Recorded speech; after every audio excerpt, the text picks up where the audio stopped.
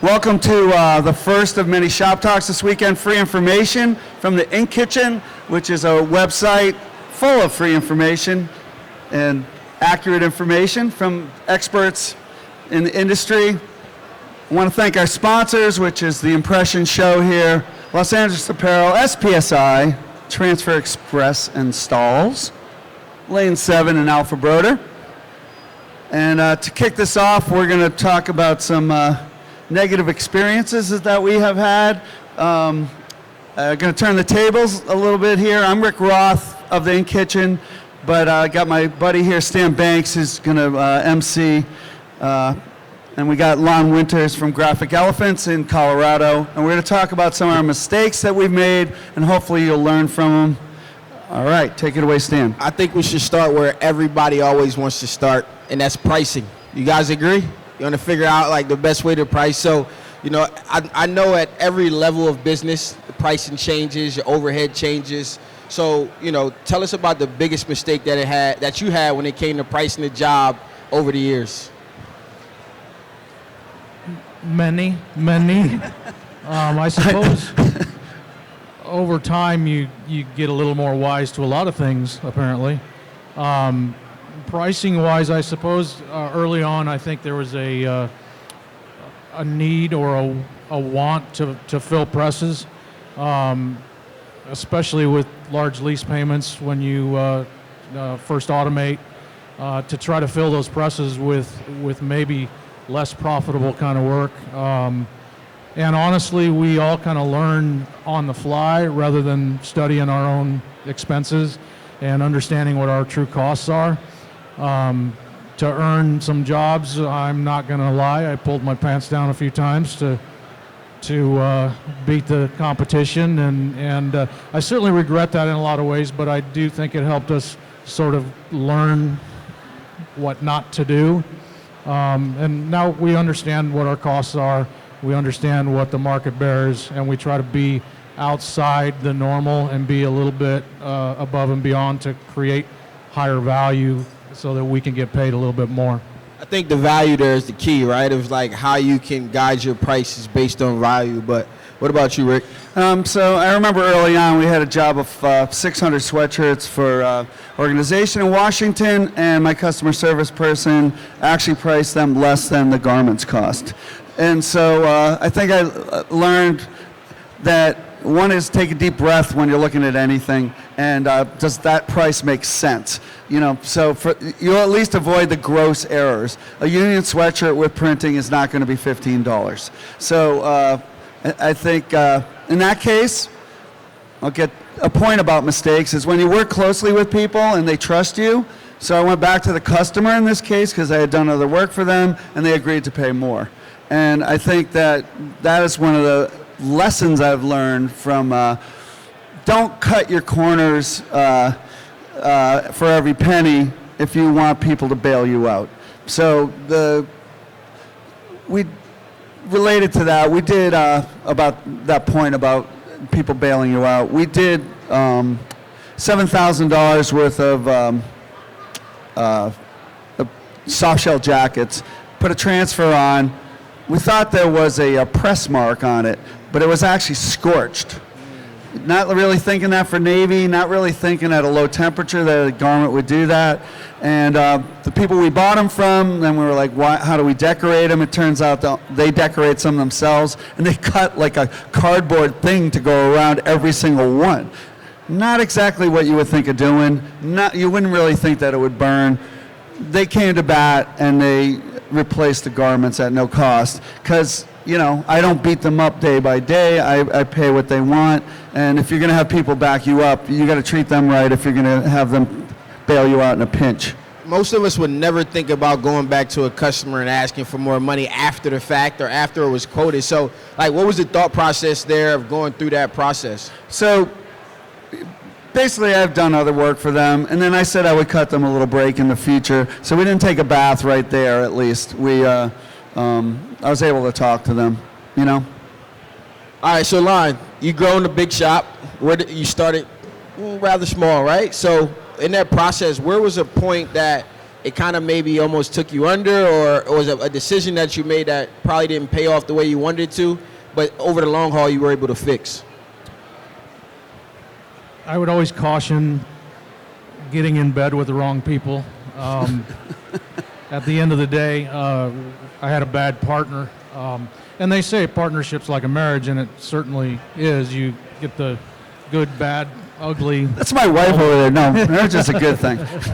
No, but you get everything. You get, and it's in a lot of ways, it's a for better or worse kind of thing. And I went from being fairly small 25 years ago to I had an opportunity to join forces with a retail business owner, had 55 resort retail stores, so we had instant contract work, and we agreed on price points and bought 2 machines and then went to 6 machines and 100 heads of embroidery and 70,000 square feet and fulfillment, and it was the worst 5 years of my life probably. At the end of the day, same old, you probably heard the story. Divorce takes place, wife takes most of the profitable stores, and our business was actually profitable to the very end, but we were a life raft hooked to a Titanic, and we were basically done. So probably lesson learned there, and we're much smaller today, much more profitable, but it's my baby now, and we get to make all the decisions. And going back to Rick's point, we got, me personally and my group that put this together, we got a lot of help from dealers and vendors and manufacturers that felt our pain and were willing to not necessarily give us anything, but we had some very creative financing opportunities because of the relationships we had built over that time. When the Titanic took us down, it was a lot easier for people to give us a hand and get us back afloat again. Well, so related to that, we had one really big customer. We used to print for Academics, the Urban brand, and we were doing about 350,000 shirts a year, decorated in 3 places, high-density prints, 5 times a year. Work would come in the 4 seasons plus holiday, and they just didn't send any more work. They didn't warn us. They didn't, no heads up, just done. At the same time, I got embezzled by my bookkeeper, who was, I think we should get into that a little bit, actually, the embezzlement, because I'm not like an overly trusting person. There's some interesting stuff to learn about embezzlement, actually. Maybe I'll share. I got a couple slides up there. You know, the vendors came through. Like, some of them I owed a lot of money. I paid it all back. It took me a long time, but I paid it all back. And yeah, let's get the slide about embezzlement. Switch from. So anyway, you don't want all your eggs in one basket. If you have too big of a customer, you will maybe be really screwed. There we go. Embezzlement. So in my case, it was a bookkeeper. It was a nice little old lady working for me. And it turned out this little old lady had a gambling problem. As her husband said when they were caught later, we only went gambling like 5 nights a week, not every night. So, and you know, you can rob a bank with a bazooka, like you don't do it because you'll get caught. She actually was taking money with a card that was not supposed to be for cash, and her picture was taken every time. I mean, if you're gonna get caught, you can do it. So anyway, she stole over $80,000. Unbeknownst to me, I actually had insurance that covered a good part of that. And then I was lucky, and we prosecuted, and she paid till she died, which I got most of it back. But the thing to learn, most people are ashamed, so you don't know how often this happens. Embezzlement happens very often. Anybody willing to admit they've been embezzled out there? No hands up? Well, in a crowd this big, probably somebody was, and they don't want to say it. But it's usually a family member or a very trusted associate. And so I even monitored this person's email because I didn't totally trust her. But, she wrangled this card to get cash out and created a delayed catching her because she created like an upgrade for a computer that then we couldn't access. And she did it right at a time where my ex-wife left me with 4 of her kids, and my manager got hit by a car, and my bookkeeper had esophageal cancer. So when I was down, I got kicked real hard. So anyway, I warn you to, I think there's a slide with some things that you can do to avoid being embezzled.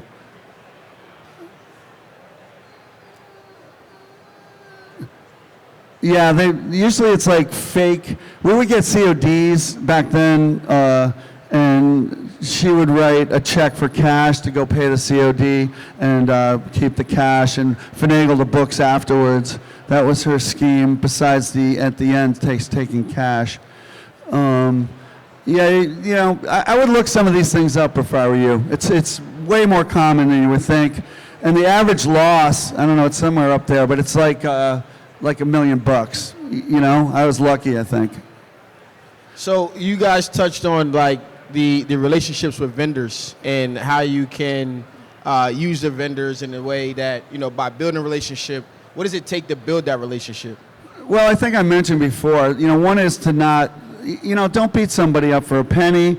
You know, don't lie that you've got, defective goods. People do that kind of thing. Be understanding about their mistakes. Get to know them personally, you know? I think, you know, people knew my character, knew that I always did what I said, so that, you know, when I said I can't pay you this month, but I can pay you, you know, in 60 days, I always, and then don't lie about that. Like, you know what I mean? Most of your vendors want to know when they're going to get paid, and they don't want to hear any bullshit. Like don't say you're going to pay them if you aren't. But then when you say you're going to pay them, you better carry through. Right. What about you? I'd add to that. It's almost more about communication than it is.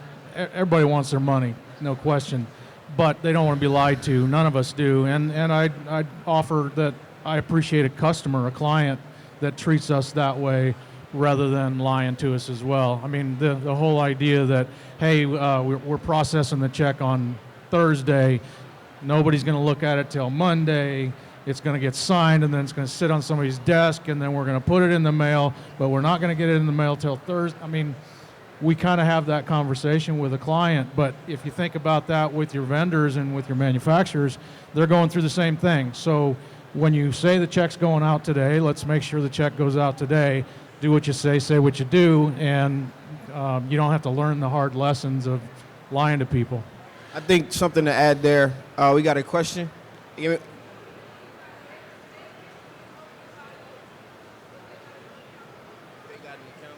again. Can we use the other mic? So the question is, what does it mean by bank statements opened by you? So what you don't want as a business owner, even if you say it's your brother-in-law, you know, that's your bookkeeper or what have you, if you're the owner, have the bank statements and you open them before they go to the bookkeeper or the accountant. I've heard of bookkeepers and accountants cheating companies as well together. So you want to look at that bank statement and look for anything out of the ordinary, like in my case, all that cash taken out, and look at it yourself first. Maybe it's sent to your home, or you just say, I don't want this open, I want to open the bank statements. Because that's going to show any funny business.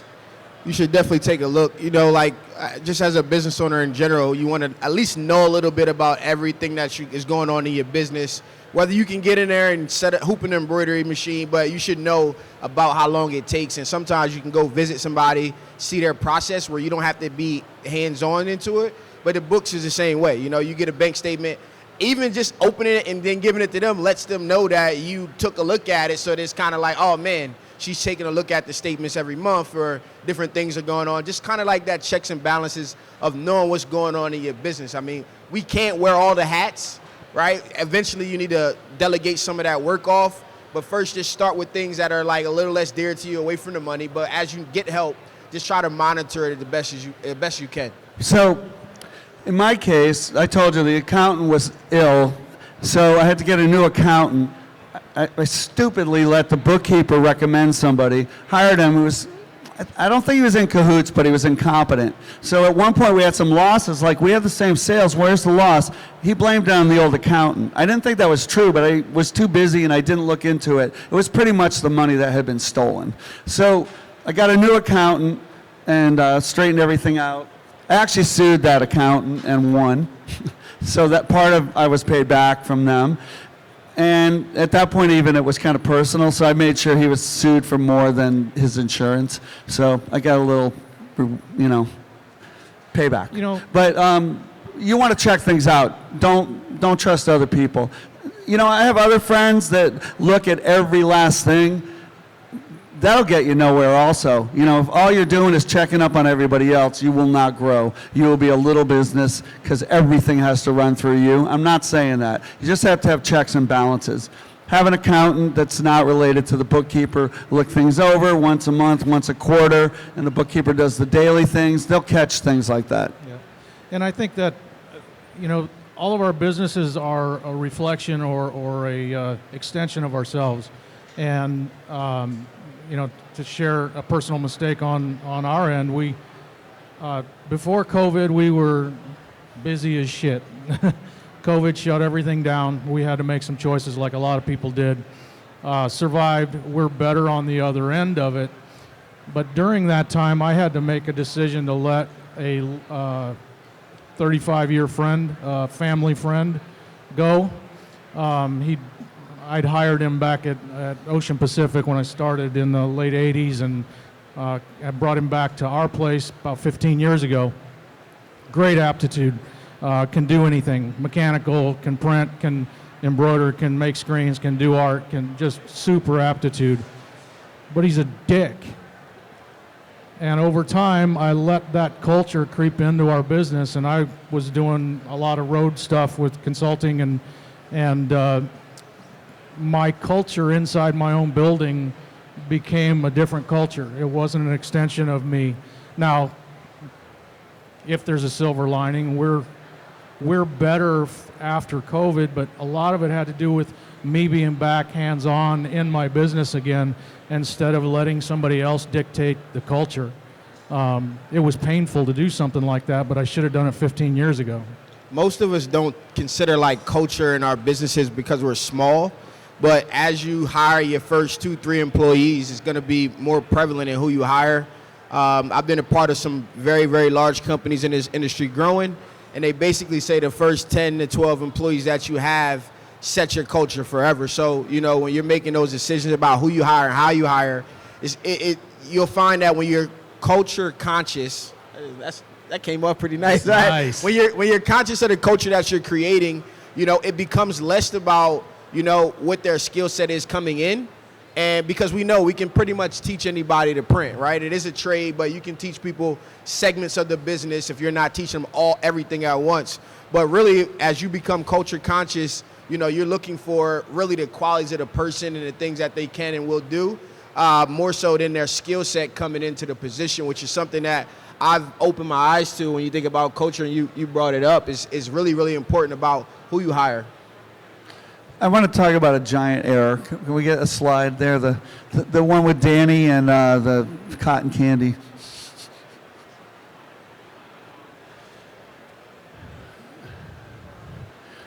If you're going to make mistakes, you got to go big sometimes.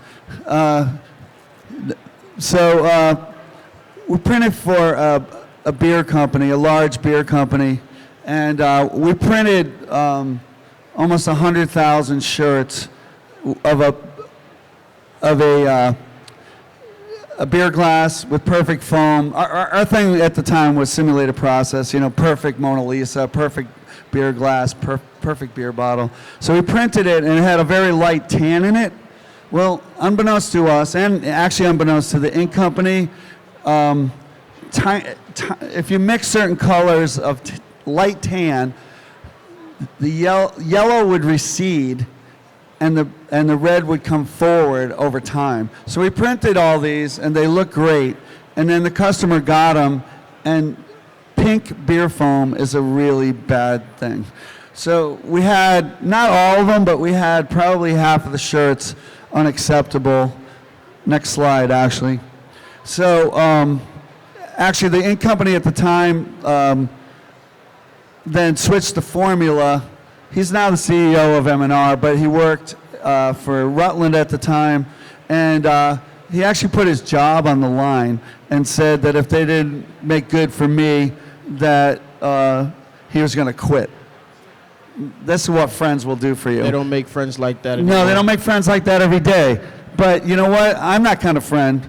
So, that's one reason I get that kind of friend. I think Lana's the same way. So, in the end, the insurance company, the ink company paid my customer, and they accepted the shirts, and otherwise my business would have failed.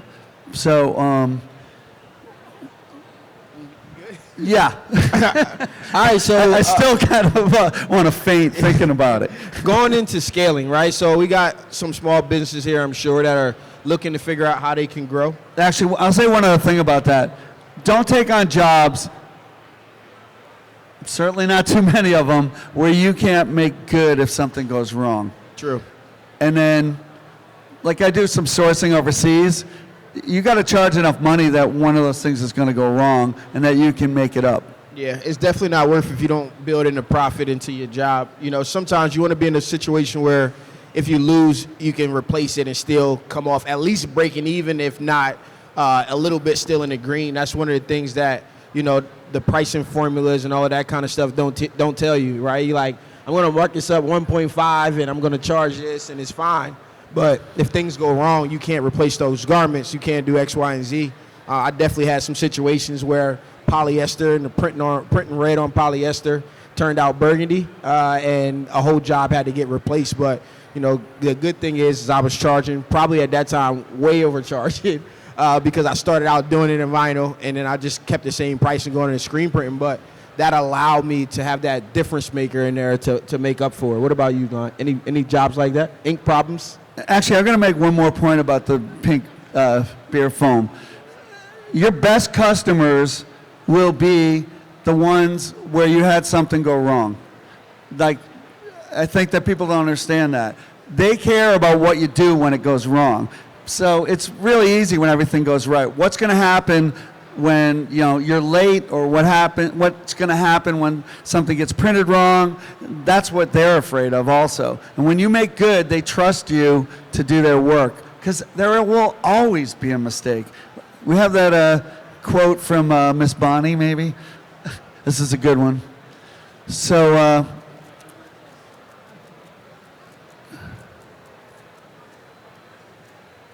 yeah. All right, so she's passed on, but she used to always say, show me somebody that don't make no mistakes, and I'll show you somebody that ain't doing nothing.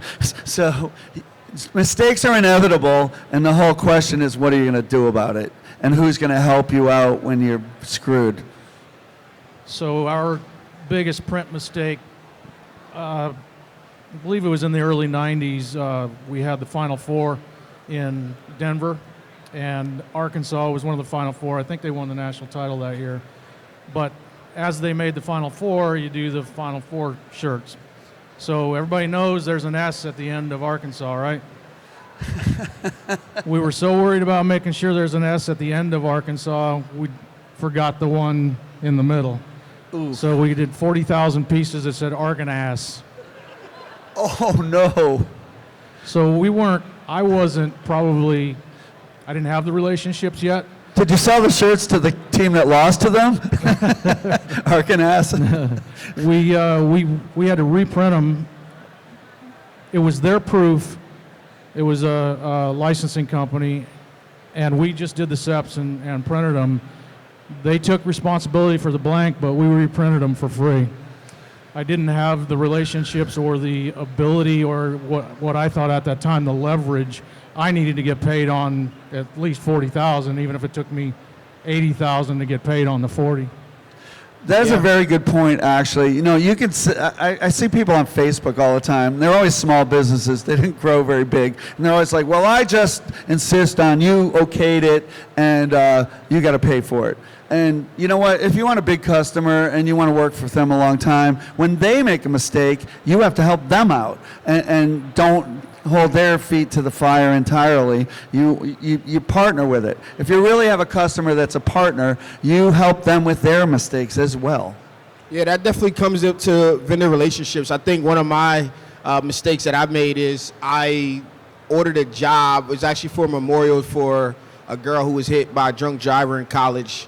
And I ordered from a vendor for the first time on a job that was kind of like in dire need. So when this job got ordered, it didn't make it on time. So I had to stay up all night in order to get the job done. Despite the communication all the way through the job being shipped and constantly calling, basically it falls into UPS's hands, right? So, or whoever's going to deliver the job. So, making sure UPS that you will have never other be your options. trusted partner either.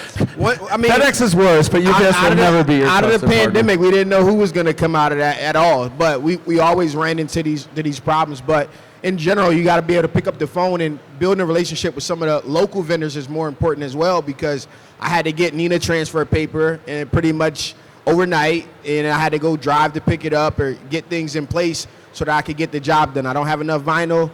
I can't go online and shop at my favorite online supplier in these situations. So having a relationship with a small vendor, that small supplier that's local to you, maybe an hour or so away, and building that relationship, making a conscious decision to shop with them when you have the opportunity to present itself, may go a long way for you in the business. Because I've had vendors of mine that were local that I could call and drop something off to their house in the middle of the night, or they'll bring it and drop it off to me. Not all companies are built that way, especially when you only do business across the internet.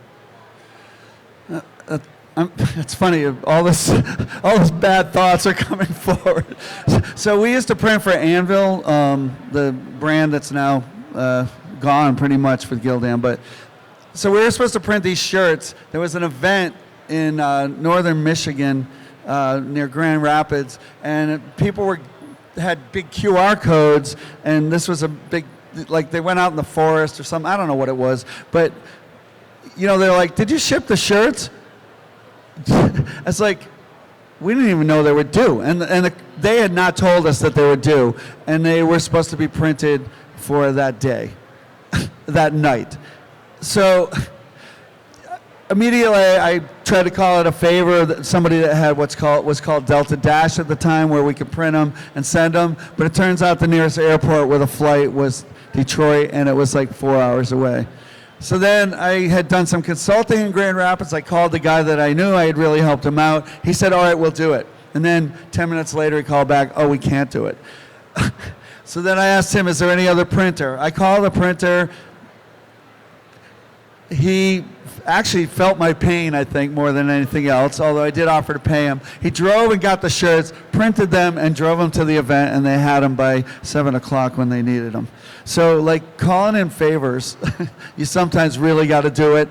And then Anvil knew it was their mistake, and by me helping that person out, we got a lot more work after that.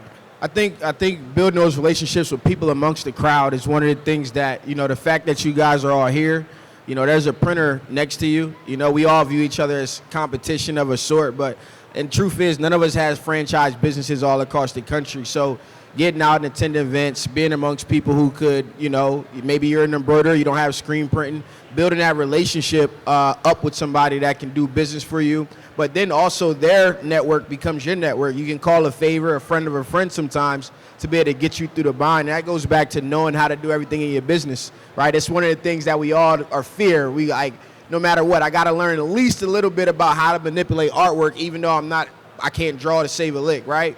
But being able to know enough to get the job done if somebody gets you into a bind, that also goes to knowing the right people that you can call that, look, across the country, I know somebody over here that may be able to find somebody in that area to be able to help me out in a bind, depending on the business or the things that we're able to do. So I think one of the huge takeaways from this talk is the relationships. That's relationship with your vendors, with fellow printers, with people amongst the people in the industry doing what you're doing well, and that'll definitely help you go a long way.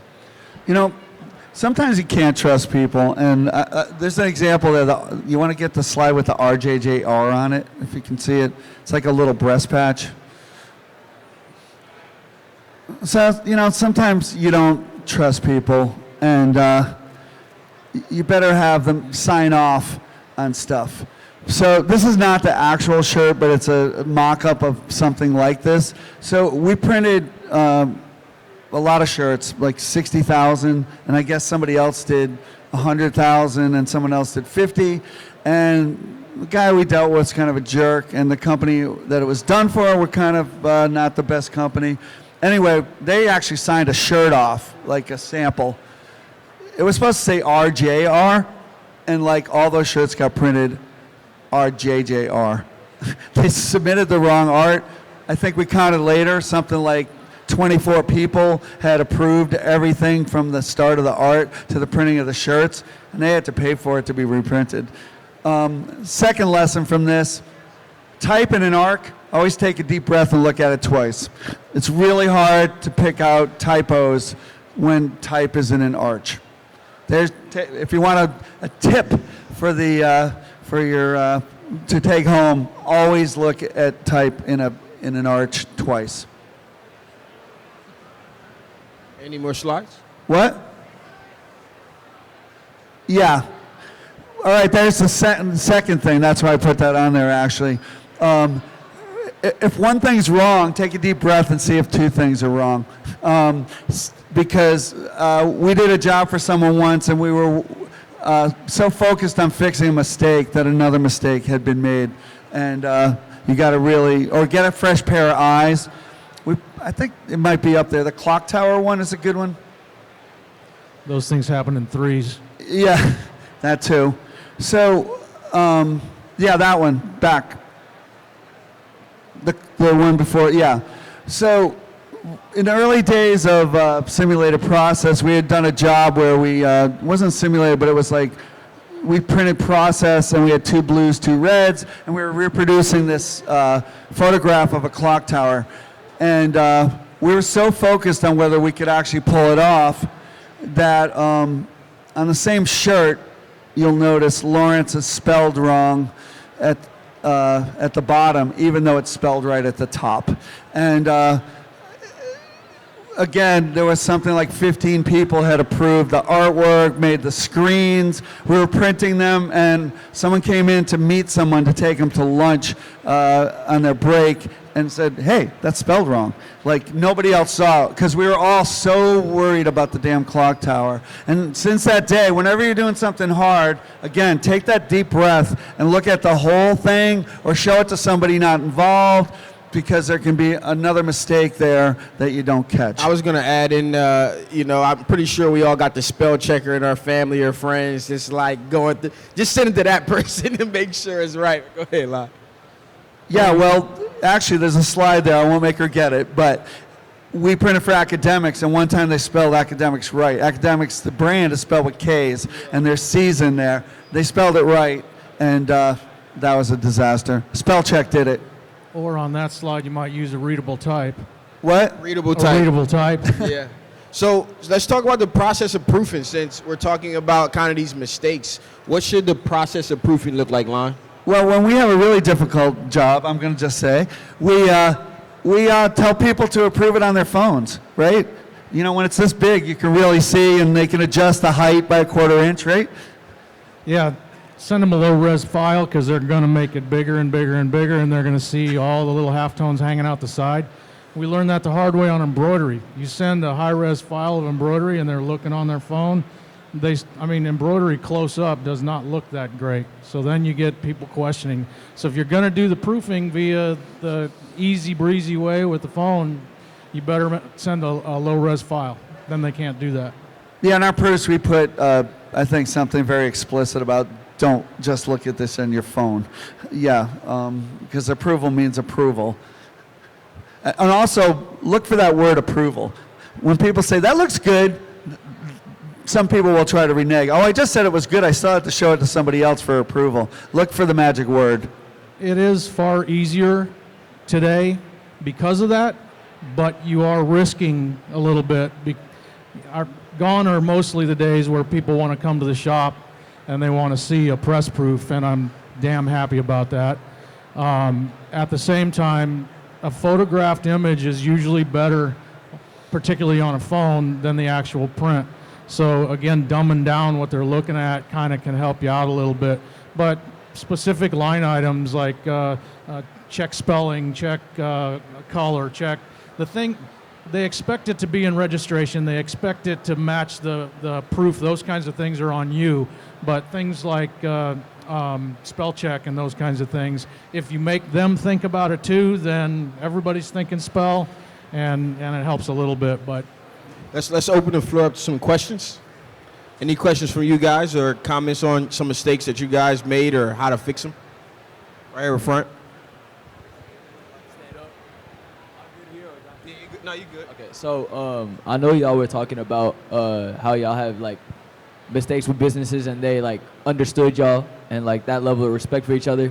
How often is that though, like compared to the businesses who just like dipped on you like after you made a mistake?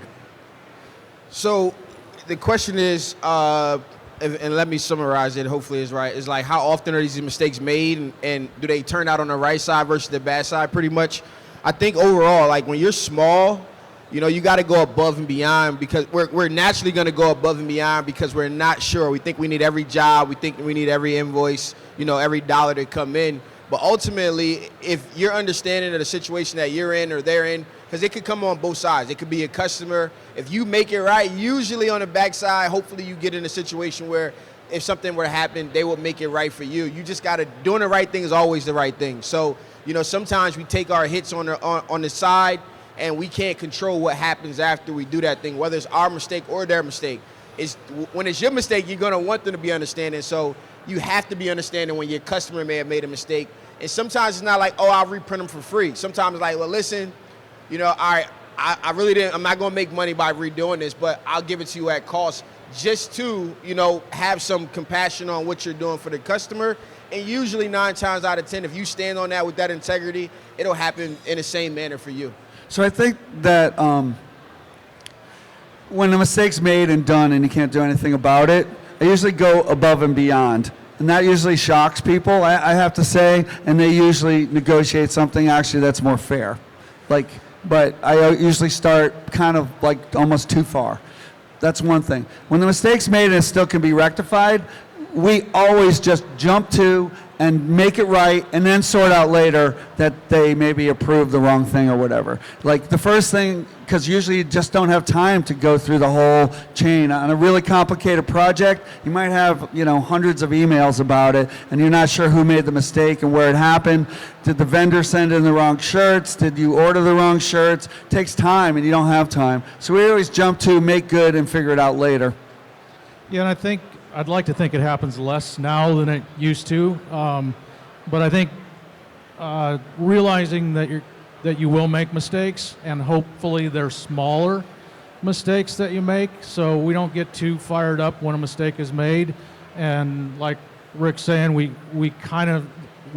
hopefully can fix it before we even have to deal with the client, and now we sort it out and figure out how we can, you know, it doesn't really matter sometimes.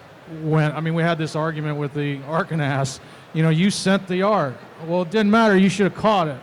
You can get in a pissing match like that and nobody's going to win, or we can sort it out and figure out. And we use a term all the time, and sometimes you have to ask, what can we do to make it right? And usually you're not going to say, get a response and you're going to eat the whole thing. That's how you're going to make it right. Because now we're in a pissing match and you can take your business elsewhere. But ultimately, you usually can come to a common ground and get out of it reasonably well. You also do have to look at your processes, and so you won't make it again.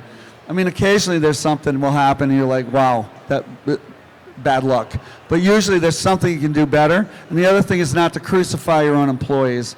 It's usually the ones that you will come down hardest on, or the ones that are hard on themselves. Like, you know, the people that get most work done are the ones that make the mistakes. My best employee has made my worst mistakes. Hello, I had actually 2 questions. So one was for you in regards... 2 questions? We're going to charge you double. I'm sorry if I have some time. But one was for you in regards to the scenarios that you mentioned earlier where you were in a crunch. how do you manage your transparency with your customers? A lot of times when things happen behind the scenes, you try to resolve it without involving or informing your customers or your clients what is going on or that there has been a mistake. My second question was that you mentioned being culture conscious with your first 10 to 12 employees. Normally when you you're starting out with a business, you hire somebody based on their skill set and their ability to execute the tasks they need. So with those few people, how do you manage their skill set and their knowledge and ensuring that they are able to show up with their full selves, but also establishing a company culture? So, yeah. That's some good information. I think you should just come up here. All right, so what was the first part again? Managing transparency with Managing issues. transparency. Okay, so usually your customer does not care what is going on in your place, and they just want their stuff. On the other hand, I just told my manager yesterday, I was like, when in doubt, tell the truth. So somebody was worried about their job next week. We told them what was going on. We have a broken machine. It's not fixed. We don't know when it's going to be fixed until it is fixed. They were possibly going to move the work elsewhere. It's like, if they have to, they have to. They got to get it done. So we were just very transparent about it. Otherwise, mostly, don't waste your breath. They don't care. Just get it done, whatever. If you have to stay up all night, that's on you, not their fault, And then the second part was the culture. Yeah, so when it comes to culture and hiring, what I find is so I've sat in with some HR directors and took some interviewing questions and things like that they ask some off the wall questions that have nothing to do with really the job at hand, right? Because ultimately what you're banking on is that you can train this person in a position to perform a task that they may not have come in with. And the reason is because if you go find a printer that's been doing it for 20 years, they have their process ingrained, but it may not be the process that works for you. So there were 3 questions that she asked, and it was if time and money didn't exist, what would you be doing? And they'll usually say something along the lines of, I'll be traveling, or I'll be doing X, Y, and Z. But you try to get a real answer from them. If you were a superhero, what would your superpower be? And I interviewed a girl and I asked her this question, and she's like, I would have the ability to disappear. But if you're trying to disappear, but you're telling me how, the third question is, what would your friends say about you?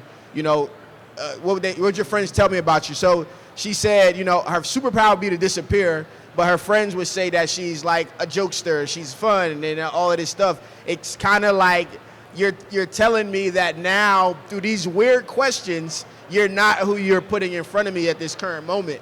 And sometimes you have to read between the lines. It's kind of the new age of hiring and everything that's going on now. It looks a lot different than it used to, being as though you want people who have fresh palettes that you can train to do the task. And training may be you don't know anything, but we bought an embroidery machine, the techs come in and we're gonna train on this thing together.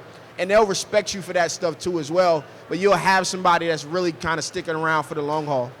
And you also have to look some of the things like Stan mentioned, how well they print. You can teach them more, but whether they have an attention for detail. I mean, did they send you a resume with mistakes on it? Do they say they work fast, but you give them a tour of the place and they can't walk as fast as you? Things like that. You want to look for their kind of standards that can't be taught. And you're ultimately looking for good people, not necessarily good printers or good embroiderers. That doesn't mean there's not good people that are good printers, and that's the best of both. But for the most part, we can teach a lot. We need people, and it's been this way for 35 years. You just want good people that are responsible, people that'll come to work every day, people that'll come to work on time, people that'll take people that'll take shorter than that full hour lunch. People, all those kinds of things it's hard to get it wrapped around a single interview.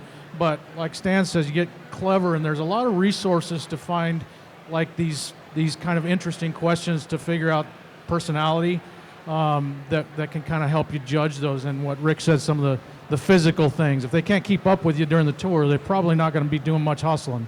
All right, one more question, Stan. One more question. I'm going to add this. I got the best advice from a guy in LA. He says in this industry he likes to hire from fast food, and I'm like, why? He's like, because they're used to the pace and they're good at pressing buttons. So It's similar, too. Good, yeah. It's Go a ahead. similar cycle. You're doing dishes, you're cleaning the dishes, Yeah. and reserving again. So people from the food industry make pretty good hires in the decorated apparel industry. Last question right here. Yeah. I did have a question for the gentleman on the left here. You mentioned you'd been part of a large, growth corporation, and you had a huge floor of assembly and all that stuff. And then you also toned it back down. As printers that are still growing right now, is there like a sweet spot where like this is not too big, where it's just overly headaches, but it's not too small where I'm not profitable? Is there like it's something that you've seen? There is, and I've kind of lived through it. And there's multiple sweet spots, and it doesn't just apply to our industry. You can look at some sweet spots in business, and they talk about profitability levels, and they say at $1 million is you're going to see the greatest profitability from $500,000 to $1 million, and then you're going to see the next greatest level about $3 million, and then $5 million, and then the next jump is $10 million. So getting to $1 million, you can be a one-man operation, go to two people, go to three people. Yeah, that's what they say. Getting to 3 million, you might need 20 people. Getting to 5 million, you might need 50 people. 10 million might be 100 people. That's a beast once you get there. Yeah, I mean, you got to want to be a business guy, not a printer. That's for damn sure. I will say, on the whole, I meet more people that wish they had stayed smaller. We also were giant. We used to have 60 people in the building. I have 20. I think to add to that, like you got to figure out what that is for you, right? It's ultimately like what type of life do you want to live? And sometimes like people, I'm pretty sure in Lon's case is like I was doing the high volume work for little to no margin with a ton of headache, and then I downsized it. I'm charging more, and it kind of balanced itself out where I could be doing a similar revenue model, doing actually less work, and have way less of a headache just finding what it is for you. And I think we are afraid to raise our prices or charge a according amount just because of the amount of work that we might lose. But ultimately, going down is like lowering the quality of customer, and all of the headaches come with that lower price point that we're not paying attention to. So finding that sweet spot of knowing like, hey, I want to be at one auto shop and I'll be happy, and this is the amount of money that I want to make. A lot of us never actually sit down and say, where this business is going in 5 years, how much I want to be making out of it, what my role is going to be at that point, that we can't plan to figure out where exactly, we find our sweet spot. Like I know just off the bat, I don't want to be in a shop with 13 autos, because every time I walk in the shop with 6, 7, 13 autos, you look around and their owner's probably like, why is my machine not running, and yada, yada, yada. But now it's a new age of printer where they're charging accordingly for the print that they're doing, and they're specializing in what they're doing, and their customers aren't going back and forth. They're coming for a quality of the work, and they're able to charge a higher margin and kind of like live a stress-free life as a printer of a sort. All right, I think we're done. All right, that sounds good. Thank you, guys. Want to got a thank little our carried main away. sponsors, Los Angeles Apparel, Alpha Broder. There's a full schedule over there of shop talks. Check out inkitchen.com. This will eventually be up on our YouTube channel with about 100 other ones. Everything from basics to advanced. Thanks, Lon Winters. Thanks, Dan Banks. Thanks.